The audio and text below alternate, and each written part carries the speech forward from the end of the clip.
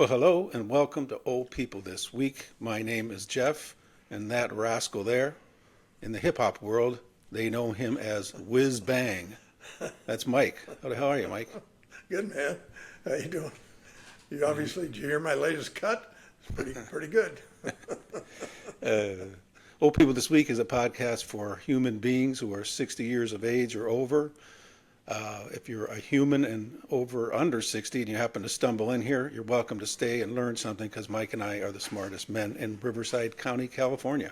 Every week, every Thursday, we bring you the stories behind the stories that you need to know as you go into the weekend. Now, we don't talk about politics, so if you want politics, you can go to Fox, No. CNN, or MSNBC. Here we give you the really good stories that you need to know as you head into the weekend and you want to sound smart when you're hanging out with your friends, playing pickleball, playing golf at the gym, or, of course, at happy hour, where, at least for an hour after it begins, Mike and I are reasonably sober.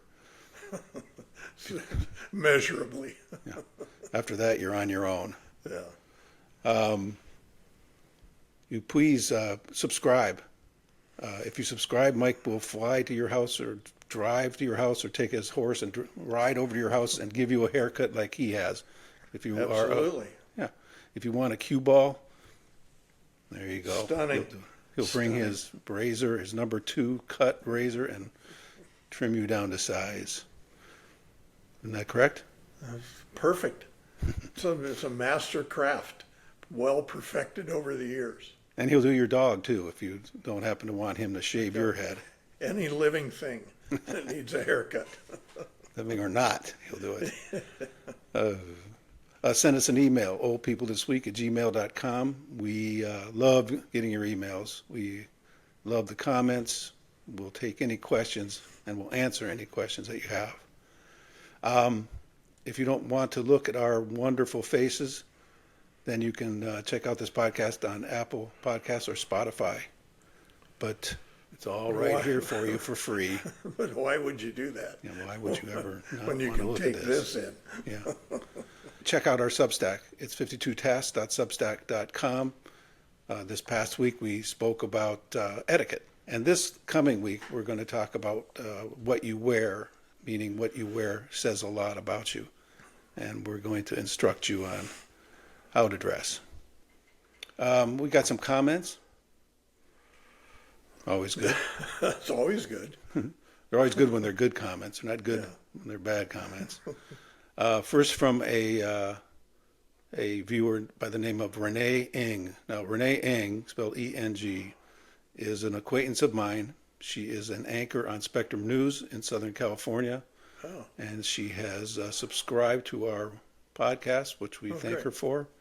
And she sent us a link, or sent me a link to a book called How to Make Your First $1 Million in 9 Simple Lessons. And I glanced through it. I didn't have time to read it, but I can tell you one thing, Mike. One of the 9 steps to making $1 million is not to do a podcast. That's not in there.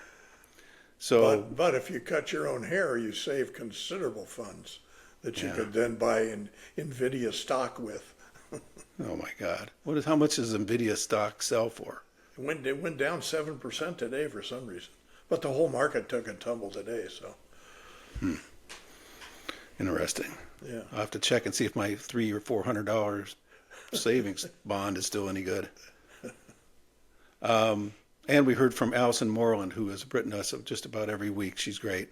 I had said the last time we talked about her, that she had said that we were cranky. She wrote to say, I didn't exactly say that you were cranky, but that I love the crankiness. And then she ended by saying, I will be there soon for my calamari and cocktail. Oh, that'll teach you.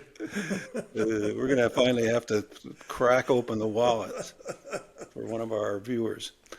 So I wanted to start off with a little rant, and this rant is actually about myself, because I got my cable bill right here. That'll do it. Well, it's a cable bill. I am a subscriber to Spectrum, so they sent me a cable bill, and I started reading down what it is I'm paying for, and buried in this in the bill was that there's a charge for Disney Channel and a charge for Paramount, which evidently means that it was part of a package that I purchased when I purchased this particular package from Spectrum. Yeah. But I didn't know that because I never bothered to look at that bill before. So I have Paramount and I have Disney on my own. Oh. Meaning I paid. So you're double paying. Yeah, double paying. So that's stupid. So people look at your bills. I'm going to go back in there and obviously I'm going to stop. I can get them free here, not free, but get them cheaper through Spectrum. So I'll do it.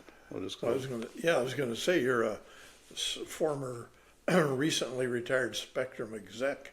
Don't they have some kind of a exit package to keep you loyal? Yeah, they did. They did. There was for the last 6 months it was free. Now I have to join the rest of the world and pay for cable. What else did I want to talk about? Oh, and speaking of cable and watching TV, so this weekend I watched a bunch of things. On Friday night, after we texted each other, we did not go to happy hour on Friday night, unfortunately, but I watched a movie called Incoming. I have a soft spot for these teen, raucous comedies. And this was a teen, raucous, raunchy comedy about these 4 incoming freshman boys into a high school who, they're having a rave party at one guy's house, and there's a dead drunk girl that 2 of these guys get stuck with, and the one guy who's trying to get nothing. He spent the whole party trying to get laid, and of course everything goes wrong. But I loved it. I sat and laughed my head off at it. Valerie, I didn't even tell her I got rented that. She'll probably kill me. I was going to say it's a good thing she was away. No, she doesn't like those kind of movies. There was a lot of mayhem and debauchery, which is that's my sweet spot. And then when Valerie came home, we went and watched Quiet Place, which is the prequel to the Quiet movies. Yeah. Done by Krasinski. Creepy. It was creepy. It wasn't as creepy as I thought it was going to be, but it was creepy. Yeah. And with they're basically this woman who's dying anyways, and this other guy are just trying to make their way out of the city, New York City, while these beasts are trying to kill them. Yeah. I've watched 3 of these movies now, and they never explain why these things have invaded Earth and what are they? They're just killing randomly. They don't eat them. They don't eat the people. Yeah, well, I mean, where are they from? What do they want? It's just. It's now you thought in this they would have taken the time to tell us, and because it was the first movie, the prequel, but they didn't. So I still don't know what these dumb things want. They can't see. All they do is hear. Yeah, silly. And then last night, and then Sunday night we watched The Fall Guy. I know you've seen that already, right? Yeah, we saw it in the theater. Yeah, it's okay. It's not great. It's okay. Yeah, it was a little tedious. I could have edited about an hour of it out. Yeah, that's so funny. My first comment after I saw it, and I looked at Valerie, I said, the thing was just too long. They said too much going on. They could have cut it down. It would have been worked at 100 minutes. It didn't have to be 126. Yeah, exactly. And then last night we watched Only Murders in the Building, which is back. Terrific. I love that. That was funny. Yeah. Martin Short and Steve Martin together are just, that's the new pair of the ages. Yeah, Martin Short, and they don't mind making fun of themselves. Like there was the woman who plays the movie producer in there is basically saying that it's creepy that what's her name is in there with those 2 old men. Yeah. I forget her name. What's her name? Selena Gomez. Yeah. Why is she? The very fact that she's somehow in this show with those 2 old goats is funny. Yeah, but I love her eye rolls. Yeah. I mean, it's just. I mean, and she does them precisely at the moment you would want her to. Yeah. When you're watching or listening to the dialogue between Short and Martin, it's just terrific. And their timing is great. Impeccable. Yeah. Yeah, and just in that scene where they were introducing Martin Short to Zach, what's his name, who's going to play him. Yeah. They were just, he goes, I'm out. And he just turns and walks away. It was funny. If you haven't seen this, watch it. Only Murders in the Building. I see it on Hulu, but I think it's somewhere else as well. Yeah, it's great. I didn't like them, by the way, in other movies that I've seen them in. That movie, Three Amigos, with Martin Short and Chevy Chase, I thought was stupid. Yeah, it was stupid. And, But Steve Martin and Martin Short have done that, comedy show on tour, and that was hilarious. Mary and I saw that in San Francisco, and it was hilarious. Very good. yeah, they're old pros. Yeah. All right, the first story today is when I went to college. I went to college in 1971 to 1975 in Ohio, Bowling Green State University, small state college. Well, not small, there's about 17,000 kids there. I didn't want to go to college. My mother practically beat the crap out of me on a daily basis until I, said I would. And then she drove me up there. My dad didn't even bother to come. My mom drove me across the state to Bowling Green, brought me to my room, made sure I got in there, and then locked the door behind her and left me there. I did not want to be in college. I wanted to do anything else in life but go to college. But I did make it through in 4.5 years. I had to go the extra semester because I was too stupid to graduate on time. So I had to go a little after. But when I showed up there for college on the first day, back then, I don't remember exactly what I had, but I probably had a suitcase with some clothes in it, some sheets for the the skinny ass mattress, dorm mattress. Yeah. And probably blankets, probably a towel or so, and I think I probably bought a poster with me, maybe Led Zeppelin or somebody, and a couple of pictures of my family to set on the desk there, and pencils and pens and notepads because there was no computers. You took notes like we, the Handwritten. smarter brained boomers, had to do. Cursive. Yeah, cursive. And I think I brought my baseball glove in case, we did some throw the ball around or something. And that was probably about it. I mean, some of the other guys I remember in the dorm I was in, it was an all-male dorm, brought, record players, portable record players. And the rich kids had tape decks, and it was fancier. But I didn't have any of that stuff. I survived fine. It wasn't a big deal. The dorm room wasn't somewhere I wanted to hang out in that much anyways. Yeah, I was going to say, it wasn't exactly like the club lounge. No. And then by the time my kids go to college, my last son started college in 2017 at Georgetown. And when I brought him, it was much more sophisticated. We went to Bed Bath & Beyond, and he'd his mom had pre-ordered all these, shams and pillows and, coveralls and all kinds of stuff. And he brought his computers and laptop and his iPad and probably some other stuff that he wanted. And I remember, like lamps and stuff. It was more prettifying, stuff to pretty up the room. Yeah. But still wasn't incredible. I mean, incredibly overdone or ornate. Though I will say in 2017 that when I dropped him off at school, there was fathers of some of the girls showing up. I remember one guy pulling up in like a Suburban that was packed, and behind him he was pulling a U-Haul full of stuff. And then I saw him about 4 hours later. He's still unloading and going up these stairs and just sagging and sweating, and he looked terrible. So things got kind of intense by 2017. But now I read this. For some students, the days of racing to Bed Bath & Beyond the day before college starts, clutching a 20% off coupon to snag a colorful crate and a snap-on desk lamp are long gone. Today, a wave of undergraduates, especially in the southern states, we know about those southern states, are hiring interior designers to completely make over their dorm rooms at a cost of thousands of dollars per room. How precious. The one example they used in here was in essence, this girl and her parents, really, it was their money, spent more money on the interior design of her dorm room than they spent on the tuition. Tuition. Yeah. Yeah.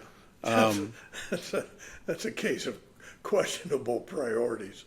Well, so they, and they go on to say that this year, according to the National Retail Federation, college students spent about $87 billion on junk for their room. And the quote was, "We're moving away from IKEA and getting the opposite of fast furniture." So IKEA description is fast furniture. Says Ginger Curtis, the founder of Urbanology Designs, a high-end Dallas-based interior design space that works with students preparing to go to college. Oh, man. She says that she can help students on a budget for $7,000 to $8,000, though the cost could grow much higher, depending on the amount students or really their parents are willing to spend. Yeah, Cost, that's a designer based in Dallas, Texas, Yeah. where the families have oil fortunes Yeah. and ranching fortunes and God only knows what else. Yeah, but it's not just there. They talked to this girl. Her name is Leslie Lockman. She's when she began her freshman year at the University of Mississippi, where the tuition is $9,400 for in-state students. She was taken aback by the dorm room, which she said was primitive and ugly. So this year, Miss Lockman, 18 years old, joined forces with a company called Essentials with Eden, an interior design company focused on dorm rooms. Miss Lockman and her roommate spent about $3,000 for the design company to create a modern-looking New York City-style dorm room, Great. with a touch of Southern charm. This includes lamps, a custom cabinet, lettering above the bed, and curtains in shades of pink, blue, and green with gold accents. Doesn't sound like a New York decor to me. No, New York, they have to have the rat running across the floor. Total oxymoron. A touch of New York in the South. Give me a break. Well, she's so proud of her new dorm room that she said, and I quote, "I leave my door open with so much pride and confidence now." Yeah. You used to hang a tie on your doorknob instead of just leaving it open. My one son, I went to get him at college, and the place looked like it was Animal House. The room, but things were piled all over the place. Rock music playing. This was mostly guy rooms, though. Just a mess. Stink. Laundry not done. Just gross. Anyways. All right. I know, Mike, that you and I share one thing in common. We both have ADHD. What? It stands for Attention Deficit Hyperactivity Disorder. By the way, that didn't exist in boomer years. No. It's all this made up shit going forward that is excuse for everything wrong with you kids. Well, but it does describe us, and I'll show you why. For example, I always put on a sock or shoe on the right. It has to be my right foot first, and I have everything in my home, and it's laid out in a certain way, in a certain sort of my own feng shui, how I have things. Now, we also share a housekeeper, by the way, who doesn't give a crap about about our ADHD, whatever the ADHD. Because she cleans and then it looks not. It's clean when it's done, but there's nothing back in the place where it started. Never puts anything back. And I take full responsibility for recommending her to you. Oh my God, drives me crazy. So whenever she leaves, I'm spending the next hour putting things back where they're supposed to go. So anyway, that's us. It's sort of me and you. Yeah. And also you and I collect things. Like you can see behind me, the stuff there. I got stuff up there on the wall. I get stuff over the years, and I'm not a hoarder. I don't have stuff piled up, but I keep my stuff. I don't give it away or. No, but you've got interesting stuff there. I mean, I've been over to your office and seen that stuff. It's cool. Yeah, so it's not the full on. I don't hoard stuff. Like when I watch this show, American Pickers, and they go to some of these houses. There might be a guy who collects clocks, and he'll have 7,000 clocks. No wife, because the wives always leave them. Yeah, but they have. Yeah, but and if you move just wrong, make the wrong move, those 7,000 clocks collapse on you, and they find you about 3 months later when the neighbors detect a bad odor. Yeah, there's whole television shows on A&E about hoarders, the guys that fill their house with just paper, newspapers. Yeah, newspapers. Yeah, it's frightening. Anyways, so this particular article, I don't know where I saw it from. You said it to me or my wife did, but it's called your doom pile, DOOM pile. Yeah. And it stands for doom. The acronym stands for didn't organize, only moved. So a doom pile could be a junk drawer with receipts, bills, and other papers you're putting off sorting. It could be a cardboard box in the corner of your bedroom full of desk clutter from your old job and other things you forgot you owned.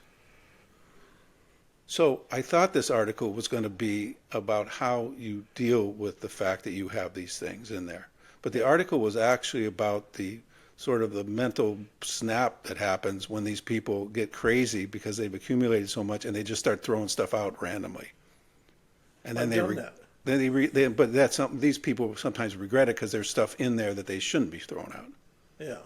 Well, we've, as you and Val, but we've moved enough times in the past few years that every time we move, I create a doom pile. Oh. And the stuff goes. It just goes. And my measure is if I haven't seen it or used it or done anything with it in the last 24 months, it's gone. Well, then that's actually the healthy approach because these people in this article are not healthy about it. They just get crazy and start throwing stuff away willy-nilly. And they likened it to like if you're on your computer and you have a bunch of tab opens and then you just get nutty and say, I can't take this anymore because you're a doomed person, and you just close out of everything, and then you wonder, what did I close out of that I needed? And anyways, it's a whole thing. Yeah. Speaking of ADHD, there's a woman by the name of Lindsay. By the way, she spells Lindsay, Lynzi. Of course. Lindsay Judish, Judish, had decorated nearly every corner of her New York home, from the ceiling of her dining room to the tiny crow's nest on her top floor. She's decorated every inch of this place. And then all that was left to spruce up was the inside of her refrigerator. So Judas started Fridgescaping, or decorating the inside of a fridge like it's any other room in a home. The trend has alternately delighted and enraged TikTok viewers who either swoon over the romantic themes at 35 degrees or fume at the apparent inanity of curating a space most people will never see. Including you who own the refrigerator. You open it, you grab something, you close it again. Good Well, that's Lord. the thing. I'm putting pictures up here that you'll see what one of her refrigerating Fridgescaping looks like, and it is nutty. It's got it involves thoughtfully arranged produce, such as a bouquet of asparagus in a vase, or charming storage containers like pink glass pitchers and antique ceramic butter dishes. Anything that will beautify your food, she said.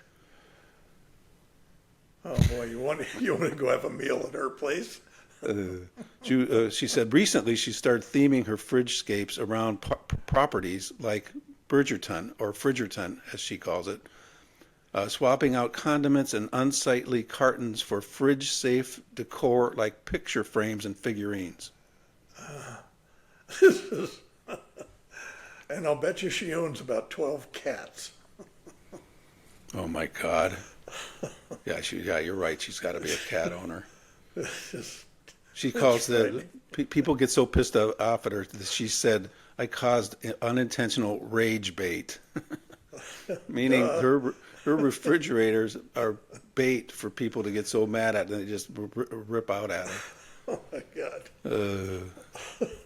So maybe she should go into the college dorm room decorating business. Well, that's what this is. The theme of this whole thing is that how people are crazy, whether it's doom piles or dorm rooms or Fridgescaping. People. It's all really driven by social media. Yeah, well, sure. Otherwise, you wouldn't do it. I mean, she's only really doing it, like you say. She's not doing it for herself, or you don't even get food. You get food out of there.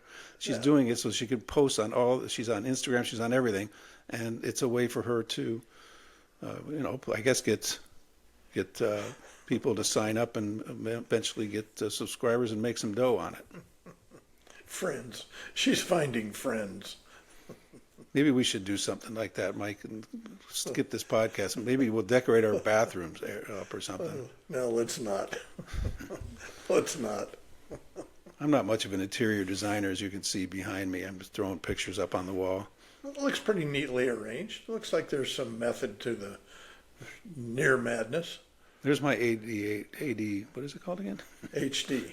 ADHD. Hard, high def? No. All right. Anyways, more about Costco, by the way. Costco is... Wasn't that a great article? This was a good article. The gist of it is that it's about the psychology, or actually how Costco has become part of our psyche. Yeah. Yeah. They've hacked our buying our preferences. Well, like we've said before, I'm a new member. I went 70 years of my life without ever being a part of Costco. Now I'm a proud Costco card owner. Been there a bunch of times, bought things that I don't need. Told you about I never wanted to have and rebuffed my wife when she talked about getting an electric toothbrush. And guess what? We go to Costco once and come home with electric toothbrushes. And this writer described a Costco that he saw in Anchorage, Alaska. He said the parking lot full of jacked up, thooled out 4x4s on studded tires and mobile homes that look more like mobile fortresses has a bit of an edge for a grocery store. There's something edgy about the inventory too. Neoprene survival suits, meat grinders, and gun safes. Yeah. And he met some girl inside there who was a teenager who was pushing a cart, and inside the cart were a pair of whole pigs at 45 pounds each. And did you read this thing? Do you think? Yeah. Did you think that there was actual live pigs and they're in there oinking and stuff? Well, that was a question I had. I mean, I can't imagine they would have been butchered hogs, whole hogs. So maybe in Alaska they do have livestock. I mean, one of the points in the article was about how regionally or locally specific some of the shops are oriented. You know, like the ones overseas, and they're providing, you know, the shops in Asia, for instance, are giving them clues as to what to stock in stores in America now that have high concentration of Asian populations. Yeah. So it's, your Korean dude doesn't in Seoul, Korea, doesn't want a $5.99 chicken. He probably wants chicken. He goes, what's chicken? He wants a $5.99 quail or whatever they eat over there. Well, he wants a jar of Kung Pao sauce, Kung Pao sauce. and he's going to cook it differently. Yeah. So in 2019, 1/4 of U.S. consumers shopped at Costco. Today, it's nearly a third of all consumers. Costco's the third largest retailer in the world, behind only Amazon and Walmart. Fewer companies have greater influence over what we eat or wear or fuel our cars with or use for personal hygiene. Costco dominates multiple categories of the food supply: beef, poultry, and organic produce, and even fine wines from Bordeaux, which it sells more of than any retailer in the world. In the world, yeah. Their wine department's terrific. It is the arbiter of survival for millions of producers, including more than 1 million cashew farmers in Africa alone. Costco sells half the world's cashews. Jesus. It's incredible, yeah. Its private label, Kirkland, generates more revenue than Nike and Coca-Cola. All right, so here's the story, and I'll go through it quickly, because I never knew this, and then I started going on this rabbit hole. Costco was founded by a guy named Saul Price, S-O-L Price. He was born in New York in 1906, and then he moved to San Diego with his family, goes to school at SC, Southern California, and then goes back to San Diego after he graduates. Down there, he gets this idea by the time, so he has a full life. By the time he's in his 40s, he's a businessman, entrepreneur. He gets this idea. He begins converting empty San Diego warehouses into members-only bazaars where for a small fee, shoppers could get everything from hosiery to cigarettes at wholesale prices. The key to the business that he discovered then was simple: keep members renewing year after year. Yeah. So by the 80s, he's turned FedMart into Costco, and the first superstore was up in Washington State. And the business model is simple. You gotta give the customer enough goods at a low enough price that they'll renew their membership. Yeah. Yeah, Whether they buy anything or not. Yeah, exactly. It's found income. Yeah. Yeah. Yeah. The membership fees, last quarter, the membership fees accounted for 1.12 billion, which is 2/3 of their total net revenue. Yeah. The dependence is mutual then, obviously. Yeah. Yeah. They open about 30 new warehouses a year with a growing number abroad. Overseas expansion is where the growth is coming, said Susan Schwartz. Right now they've got 7 warehouses in China, but they could have 150. They got them in China, they got them in South Korea and Australia, everywhere. It's amazing. It's just Yeah. amazing. I can remember when I was doing design work in San Francisco, I had done a glass fireplace screen for Restoration Hardware and Design Within Reach. And one of the buyers for Design Within Reach suggested that Costco, that one of her friends who was a buyer at Costco, would be interested in it. So we packed up some samples and flew up to Kirkland, Washington, literally, set up our little display and talked to these guys for half a day. And they looked up our skirt every possible which way and loved the product. We agreed on a price, agreed on a delivery dates, and these are intricate pieces to make. They were expensive and they were big. And about 4 weeks or so after we had done our presentation and made the agreement with them, the guy called up and he said, yeah, it's just, we've had a product review. We're not going to be able to go forward with you. And about 3 months after that, we started to see our exact unit in the stores. And they had simply taken the pictures of it during the presentation and gone to Asia and knocked it off. Jesus. Yeah. What were you selling again? The story was so long, I forgot the beginning of it. Wake up. It was a fireplace screen. It was a tempered glass fireplace screen. Beautiful piece, but anyway. No. You got screwed by Costco. You could have told that story in 30 seconds. Oh my God! So I looked up some of the wackier things that they have that they sell on their catalog. It says 4-person barrel-shaped sauna. Now I've actually been in one of these. I've been. They're huge. I mean, you can't stand up in it. I'm 6 foot tall. You can't stand up in it, but you can get in there, crouch in there pretty good, sit down. Somebody's right next to you. Somebody's over here. 4 people in this little sauna. It's round, made out of wood. And they sell it for $4,000. But you have to haul it home yourself, right? Yeah. Well, I don't know whether these people who had it actually had bought it done or had it built for them. Yeah. You can buy a casket for $11,000. Yeah. You can buy a whole wheel of Parmigiano Reggiano cheese for $950. That's about what it costs. That's a lot of cheese, though. Well, yeah. You can buy Bulgarian sturgeon caviar for $250, and you can buy a vending machine. All I thought about when I thought that you could get a vending machine is that I wish I'd had them when I was raising my kids. I would have made them pay, put a vending machine in their room, and if they wanted treats, they could go pay for it. Then I could have made enough for college. All right, anyway, back off Costco, but we could spend all day talking about Costco. We'll probably be talking about them next week anyways. You sent me an article, so did somebody else, by the way, about that there's a town selling homes for $20,000, practically giving away homes just to try to induce people to go live there. Now tell me this story. Where's this place at? It's in Maryland, Cumberland, Maryland. And the program is, because their population has dwindled by almost 50% over the past few years, from 40,000 to 20,000.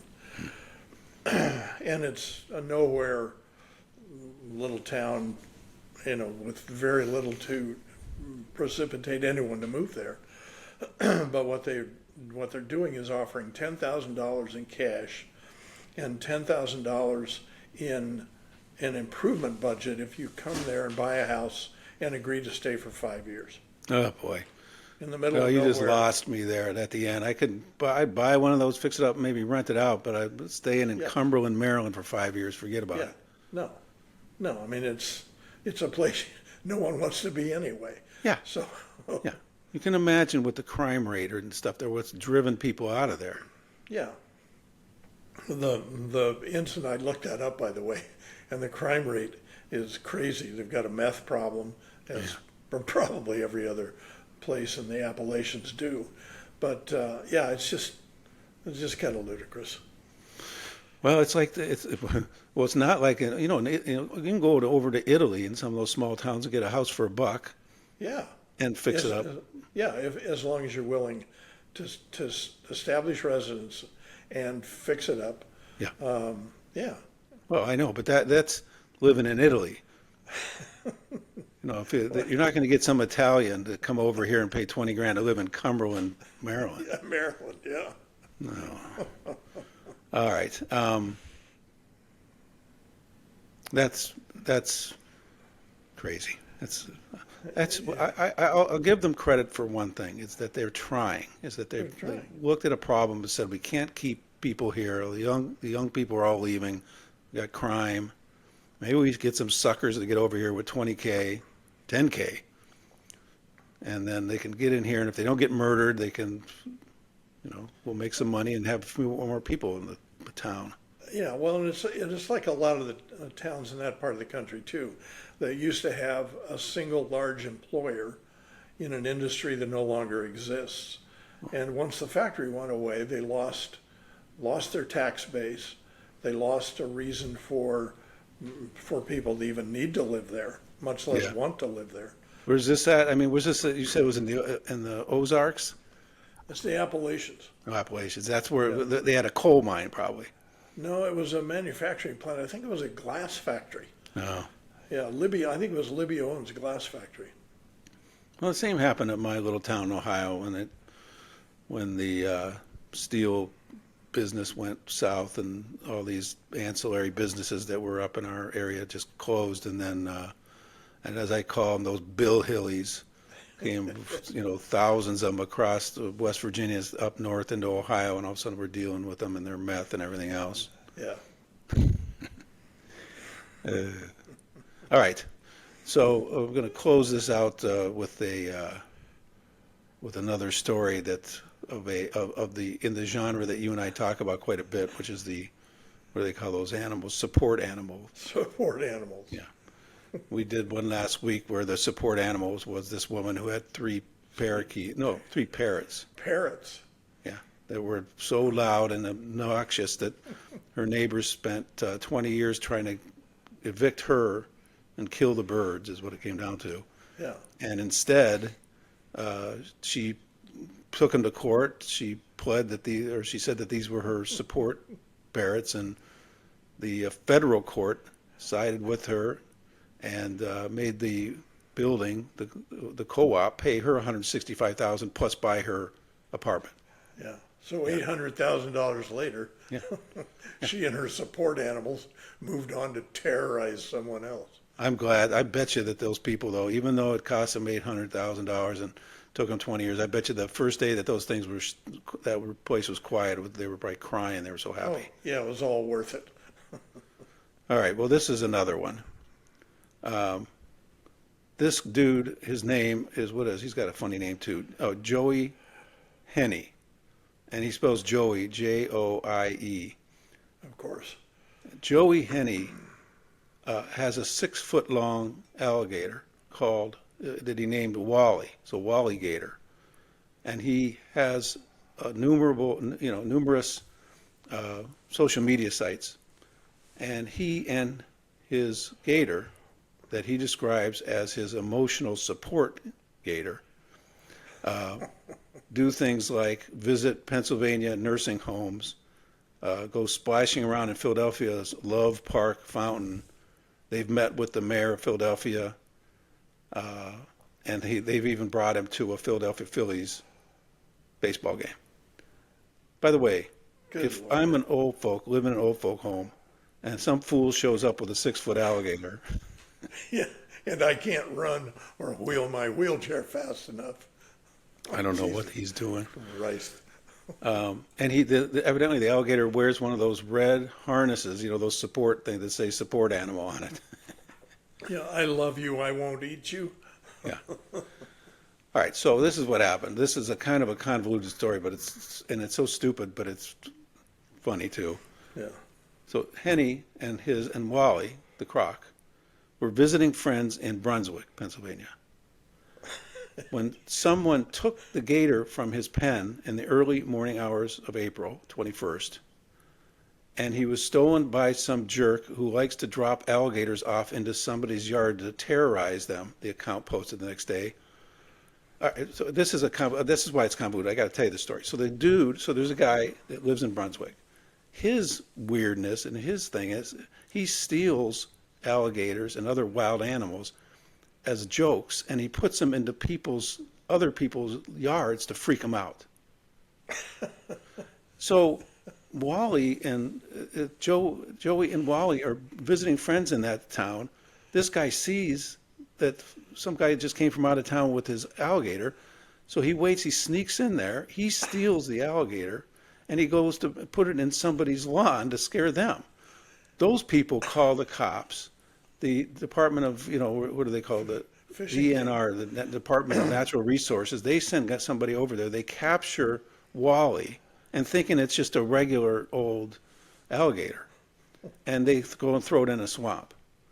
So Joey wakes up the next day. His alligator's gone. He finds out that at first he's happy. He finds out that the DNR had found Wally, but they don't have him anymore. They'd released him into the wild, and now he can't find him. Jesus. So he's going to have to get himself a new support alligator. How many questions does this raise? First of all, how do you travel with a 6-foot-long alligator to go see friends? I guess you just throw him in the back of the car. I guess. Hey, Bob, we'll be there about noon. By the way, we're going to need an extra room for my alligator. Yeah. Oh, sure. Bring him right along. We'll keep the dogs in the backyard. Yeah. Yeah. What do you feed an alligator that's not in the wild? Costco chickens. That's actually not a bad idea. Go get about 10 of those $5.99 chickens, and just every time he's hungry, throw one of those in his mouth. Yeah. Good Lord.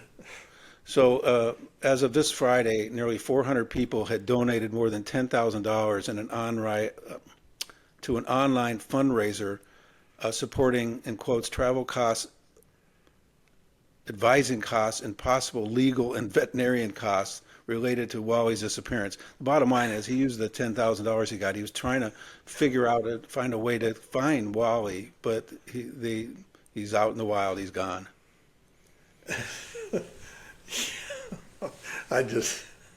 Where do you start? That's just ridiculous. It's ridiculous.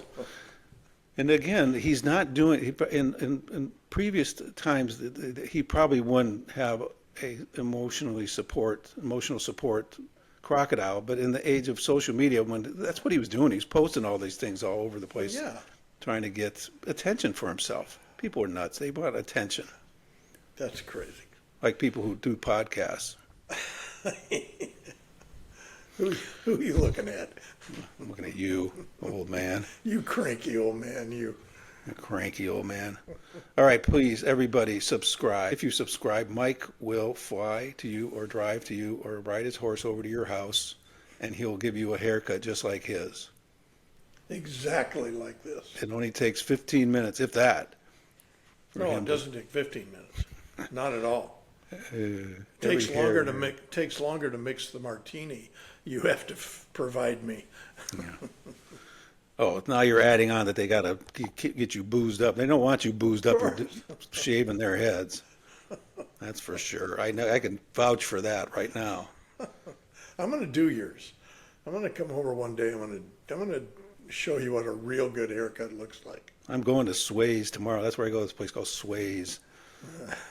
There's all these young Hispanic guys in there, and all they do is watch Wheel of Fortune all day and scream at the TV and cut hair. They all got tattoos. They had this. The guy that I go see, his name's Michael. What do you want? I go, you know what I want. I want the boomer. Mohawk. Yeah, the boomer mohawk. Just get busy on the side, leave that top alone, and we're good. And he goes, okay. He doesn't care. Whatever, dude. Yeah, whatever, dude. And if Mike doesn't shave your head, he'll shave your dog, he'll shave your alligator, he'll shave your gopher, whatever you got in the house, he'll shave it. Yeah. Send us an email to oldpeoplethisweek@gmail.com. Send all correspondence will be confidential unless we read it on the air.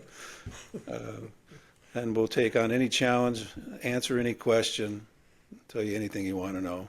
If you don't like looking at our beautiful faces, Well, and there's no reason not to. yeah. But if you don't go to Apple, you can subscribe there, or on Spotify, we're there. And Substack, 52tasks.substack.com will give you a task to do. It'll make you a better person, a better human. You'll be like Mike and I, living on a better plane of life. That's right. Fueled by gin. Fueled by gin. Speak for yourself. We're going to have to wrap this up because I just got a COVID test and I may have to get the symptoms here any second. Start barfing all over the screen. Next week, we're going to talk to you. We're going to tell you everything you need to know about the remaking of the Wheel of Fortune with Ryan Seacrest. Seacrest. I will give you all my Ryan Seacrest story. I know him. Well, I knew him. I'll tell you all the inside info, and I'll tell you what's going to go on that show. And I know everybody out there that watches our podcast is a big fan of Wheel of Fortune. Exactly. I think he starts this week, right? Yeah, I mean, yeah. I think you're right. I think he's starting this week. He's probably already taped 1,000 episodes. He's so busy. Tape them all with him when you can get 5 minutes of his time. I don't like that Wheel of Fortune, though. I don't like that show as much as I like Jeopardy. Yeah, Jeopardy is good. Yeah. Wheel of Fortune's kind of if you don't have the brains to get on Jeopardy, you get on Wheel of Fortune. Yeah. All right, everybody, take care. Mike, it's good to see you as always. We will see you Friday at happy hour. I have a small gift for you. All right. And to everyone else, adios. Take care. Adios.